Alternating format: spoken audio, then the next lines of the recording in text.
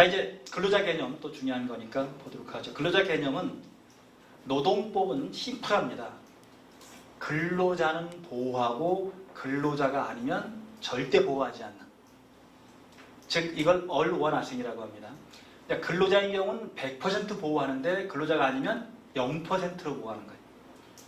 자, 근데 우리가 일을 한다는 걸 다 근로자로 보진 않거든요. 일을 하는데 지시감독을 받으면서 일하는 게 근로자라고 보통 하는 거예요. 그러니까 기업들이 어떤 머리를 쓰는 거냐면 가능한 한 계약을 도급계약, 위임계약, 업무위탁계약을 맺는 거예요. 개인적으로 한다 하더라도.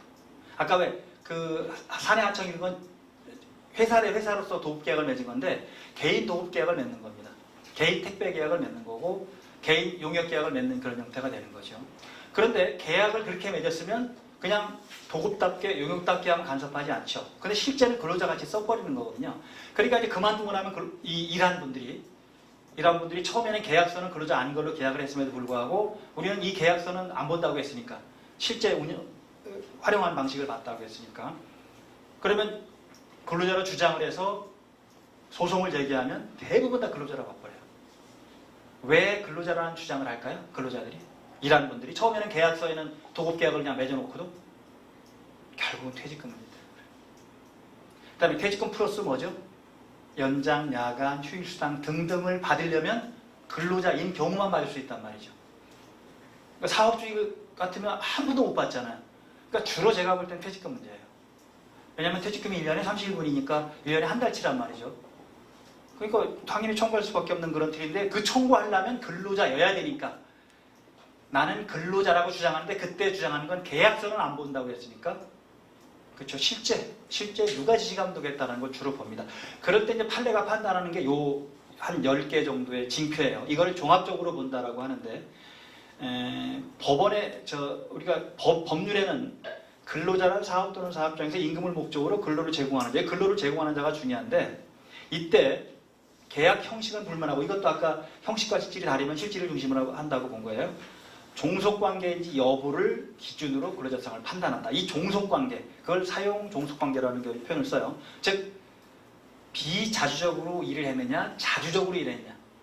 도급계약을 맺고 자유롭게 일했으면 그건 근로자라고 보지 않아요. 그런데 사장인데도 불구하고 우리가 뒤에 보면 소사장도 근로자다 이렇게 많이 나오는 거예요.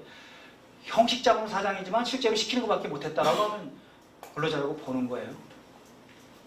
그래서 인적 종속성, 경제적 종속성, 대가성, 그 다음에 계속성과 전수성, 부작용을 다 보는데 핵심적인 게 인적 종속성이에요. 핵심적인 게. 인적 종속성은 주로 지시감독을 받으면서 일한다는 걸 중심으로 하다 보니까 업무 내용을 근로자가 정하는 게 아니고 사용자가 정하는 거고 그 다음에 근무 장소와 시간 등에 구속되는 거예요. 그 다음에 지휘감독을 받는 거고 취업규칙 등 복무규정에 적용받는 거죠. 근데 만약에 이게 근로자가 아닌 걸로 회사에서 만들고 싶으면 네가 알아서 해라 이렇게 하는 거예요. 네가 알아서 해라. 그 다음에 시간, 장소 네가 알아서 해라 이렇게 하는 거죠. 그 다음에 지시감독 안 할게. 네가 알아서 하고 나한테 뭐만 갖고 와라. 결과만 갖고 와라. 이렇게 하면 되는 거죠. 그다음에 취업규칙 적용 안 할게. 이렇게 되면 근로자가 아닌 걸로 일단 볼 가능성이 되게 높죠. 근데 형식적으로만 그렇게 하고 실질적으로 지시감독을 했다면 그건 다 근로자라고 보니까. 경제적 종속성은 결국 이제 일을 하는 데 있어서 경제적으로 예속된다는 개념일 텐데 만약에 이윤 창출과 손실 초래 등을 일하는 사람들이 감당하게 된다면 그건 사업주로 볼 가능성이 높은 거예요. 그 다음에 제3자에 대해서 대행시킬 수 있으면 근로자가 아닌 걸로 볼 가능성이 높은 거고요. 비품이나 원자재나 작업도구 등을 일하는 사람이 소유하고 있으면 근로자가 아닐 가능성이 되게 높은 거죠. 그냥 그런 부분에서 경제적 종속이고 보수가 사업적인 어떤 대가냐 아니면 근로의 대가냐 요 대상적 성격 그 다음에 계속적으로 하는 건지 어쩌다 한번 하는 건지에 따라 또 전속성을 갖고 보기도 하죠. 그다음에 부차적으로 기본급이 정해져 있는지 없는지 기본급이 정해져 있지 않다면 근로자 아닐 가능성이 높은 거고 그 다음에 근로소득세를 원천징수하는 게 아니고 사업소득세를 원천징수하면 근로자 아닐 가능성이 높은 거고 사회보장제도상 예컨대 4대 보험에 가입하지 않으면 근로자 아닐 가능성이 높은 거고 4대 보험에 가입했으면 근로자일 가능성이 높은 거죠. 그러니까 회사 입장에서는 근로자 아닐 가능성을 높이기 위해서 기본급 없이 그 다음에 사업소득세 원천징수하고 4대 보험 가입 안 하고 이런 방식으로 하게 되겠죠. 그죠? 그래서 요거는 부수적으로 봅니다. 왜? 회사가 마음대로 할 수 있기 때문에. 요거는 부수적으로. 핵심은 인적 종속성이라 이렇게 보시면 되겠습니다. 있죠. 그래서 최근에 문제가 되는 건 특수형태 종사자라고 하는 부분들입니다. 계약은 위탁계약 또는 예컨대 도급계약을 맺고 있는데 실제 지시감독을 하는 경우 근로자인지 아닌지 하는 다툼들을 많이 벌이는 겁니다. 자, 그래서 이제 판례를 몇 개 중요한 거 보겠습니다. 제가 많이 넣어놨습니다만은 핵심적인 거. 스마트폰 앱 배달 대행업체 배달원은 특수형태. 이게 일반 근로자는 아니라는 거예요. 왜냐하면 앱 회사와 이 스마트폰 앱을 가지고 배달하는 사람들은 앱으로만 연결되어 있는 거잖아요. 그죠? 오토바이 한 대 가지고 앱만 가지고 이제 앱을 찍어서 그죠? 자기가 딱 받으면 가기 싫으면 안 가면 되는 거고요.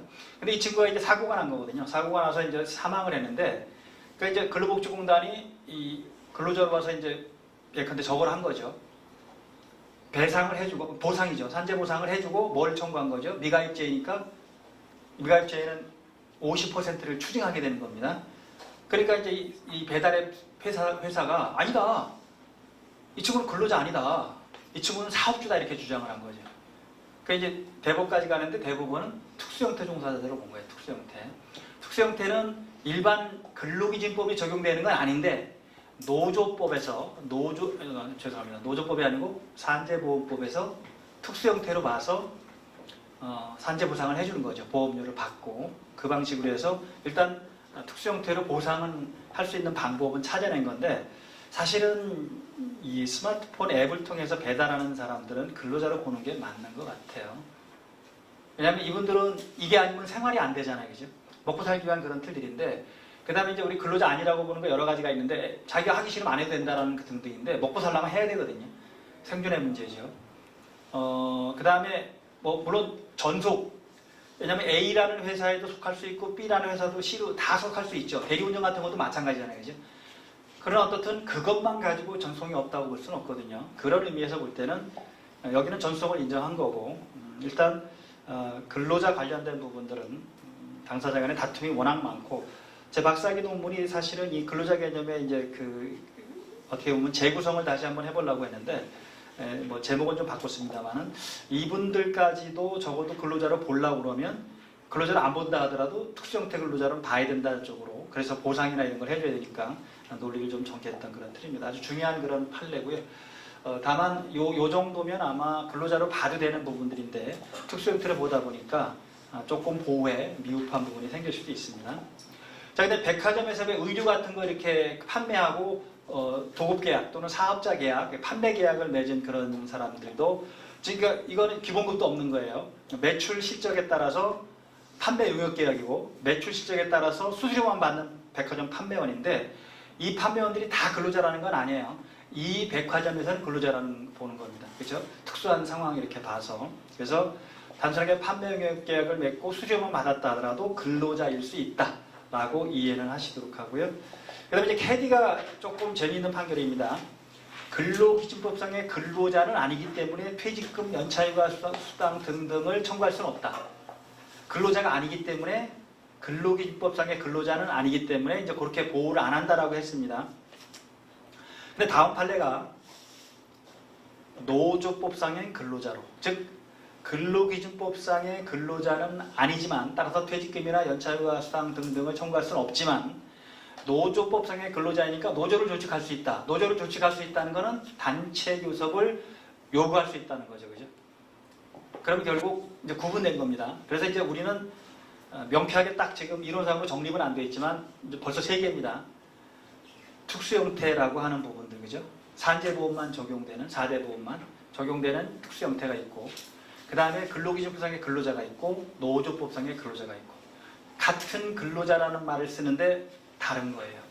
보호의 대상 범위를 하기 위해서 똑같은 근로자라는 말을 쓰거든요. 근데 노조법상의 근로자의 개념은 좀 넓은 개념입니다. 이거는 주로 품파는 사람들은 다 해당된다고 보는 거예요. 계약을 도급계약으로 했던 위탁계약으로 했던 그냥 품파나 먹고 사는 사람은 보호하자라는 게 노조법의 취지이기 때문에 좀 넓게 보는 겁니다. 그 다음에 근로기준법상의 근로자는 직접 지휘감독을 해야 될 근로자라고 보는 거예요. 그러니까 좀 좁죠. 근로기준법상의 근로자는. 그 다음에 특수형태 근로종사자는 근로기준법상의 근로자는 아니지만 보호의 필요성이 있는, 그렇죠? 전속되는 그런 분들을 주로 우리가 지금 현재는 한 10개 정도 되나요? 보험 설계사 뭐 이런 분들이 해당되는 거죠. 특수 형태 종사자를 우리가 인정하고 있는 그런 틀입니다. 이게 구분되기도 하고요. 그 다음에 학습지 교사도 또 그렇게 판결했어요. 학습지 교사는 근로기준법상은 사업주, 사업주라는 건 근로자가 아니라는 얘기고요.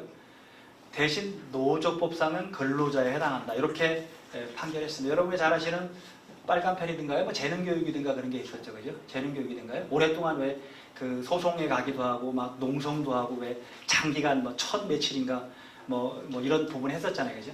그런 판결입니다. 결국 이제 학습지 판매 용역계약, 판매 위탁계약이라고 하죠. 그러니까 우리가 학습지 선생이라고 하지만 사실은 학습지 판매원인 거예요. 내가 예컨대 50원에 뛰어다가 학생들한테 100원에 팔고 50원에 수수료를 받는 판매원인 거죠, 이제. 그러니까 이분들이 노조를 만들고 교섭을 요구하니까 이제 회사는 너는 근로자 아니야라고, 너는 사업주야, 개인 사업주야라고 이제 계속 교섭도 안 하고 했던 건데, 노조법상으로는 근로자에 해당되니까 교섭은 당연히 해야 되는데 퇴직금이라는 걸 청구할 수 없다는 개념으로 이렇게 이해를 하시면 될 것 같습니다. 학습지 교사 관련 부분, 골프장 캐디까지 나왔죠. 그 다음에 하나 더 나온 게, 최근에 나온 게 방송 그 탤런트 같은 경우죠. 방송 연기자. 노조를 만들 수 있는데 그렇다고 KBS에 퇴직금 청구할 수 있다는 건 아닌 거죠. 노조를 만들어서 출연료 같은 거를 우리가 협상을 할 수 있지만 그런 부분들이고, 그게 방송 연기자는 노조법상의 근로자에 해당한다. 이 방송 연기자를 노조법상의 근로자로 인정하지 않으면 지금 방송 연기자 노조라든지 가수 노조라든지 이런 거는 다 없어져야 되거든요. 근로자 아니라고 봐야 되는 부분들이니까. 그렇다면 뭔가 문제가 생겨버리죠. 근데 이제 노조법상의 근로자 여부는 좀 더 넓게 본다. 쉽게 얘기해서 왜 내가 품을 팔고, 즉 노동력을 제공하고 벌어먹고 살면 근로기준법상의 근로자가 아니라도 충분히 노조를 조직할 수 있다는 쪽으로 이제 이해를 이렇게 넓혀주고 있는 거라고 보시면 될 것 같습니다. 자, 이제 상무인데 아직 등기하지 않은 상무예요. 근데 업무 자체가 임원의 역할을 다 하고 있다면 굳이 근로자로 볼 필요가 없다, 이런 부분들이죠. 근로자로 볼 필요가 없다라는 것은 근로기준법으로 보호하지 않겠다라는 겁니다. 그래서 큰 틀에서 임원이라고 다 근로자가 아니고 임원이라고 다 근로자인 이런 부분이 아니고요. 결국 구체적인 사정에 따라서 임원도 근로자일 수 있지만 원칙적으로 임원은 사용자의 이익 대표자로 해서 근로자로 보지 않습니다. 원칙적으로 임원은. 근데 임원인데도 불구하고 무늬만 임원인 분들이 있죠. 그냥 왜 타이틀만 임원인데 실질은 부장급밖에 안 되는 분들은 또 보호합니다. 그렇게 구분을 하시기 바랍니다. 쉽지 않습니다, 이 부분도. 구체적인 상황에 따라 다를 수 있고 기업 규모에 따라 다를 수 있기 때문에 그렇게 보시면 될 것 같고, 그 다음에 명칭은 팀장이지만 등기했어요. 그 다음에 등기하면서 임원 급여를 받았어요. 그러면 다시 이 사람은 근로자가 아니라는 거죠. 근로자 아니까 퇴직금 청구할 수 없다라고 하는 부분들입니다. 뭐 이런 내용들은 그냥 큰 제목만 보면 되니까. 그 다음에 사업자 등록을 하고 이제 사업주로서 이제 계약을 맺은 거겠죠, 그죠? 도급 같은 부분에서. 근데 그렇다 하더라도 지휘 감독을 받았다면 근로자라고 하는 거죠. 자, 사업자 등록을 하고 자신이 불러 모은 팀원들과 함께 작업을 하였더라도 투입 인력을 기준으로 도급액을 산정하고 건설사로부터 상당한 지휘 감독을 받았다면 근로자. 이게 옛날 같으면 무슨 표현을 썼죠? 십장이라고 했던가요, 이제? 건설 현장에. 그런 분들도 다 근로자라고 보는 겁니다. 건설 회사의 근로자라고 보는 거죠. 이게 이제 실질적으로 지시감독 여부를 중요하게 보는 의미라고 보시면 될 것 같고, 그 다음에 소사장도 그런 내용들 비슷한 겁니다.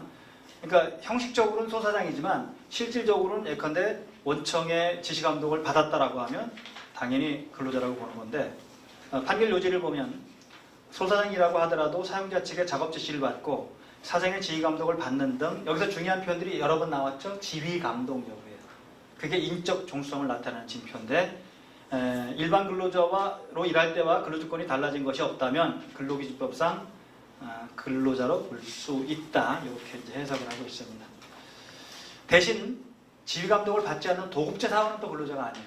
그러니까 아까 소사장은 근로자라고 하면서도 또 도급제 사원은 근로자가 아니라는 게 뭐냐면 이제 이런 걸 겁니다. 이게 별로 그 직원 많지 않을 텐데, 옷 같은 거 만드는데 왜 장띠기라고 하나요?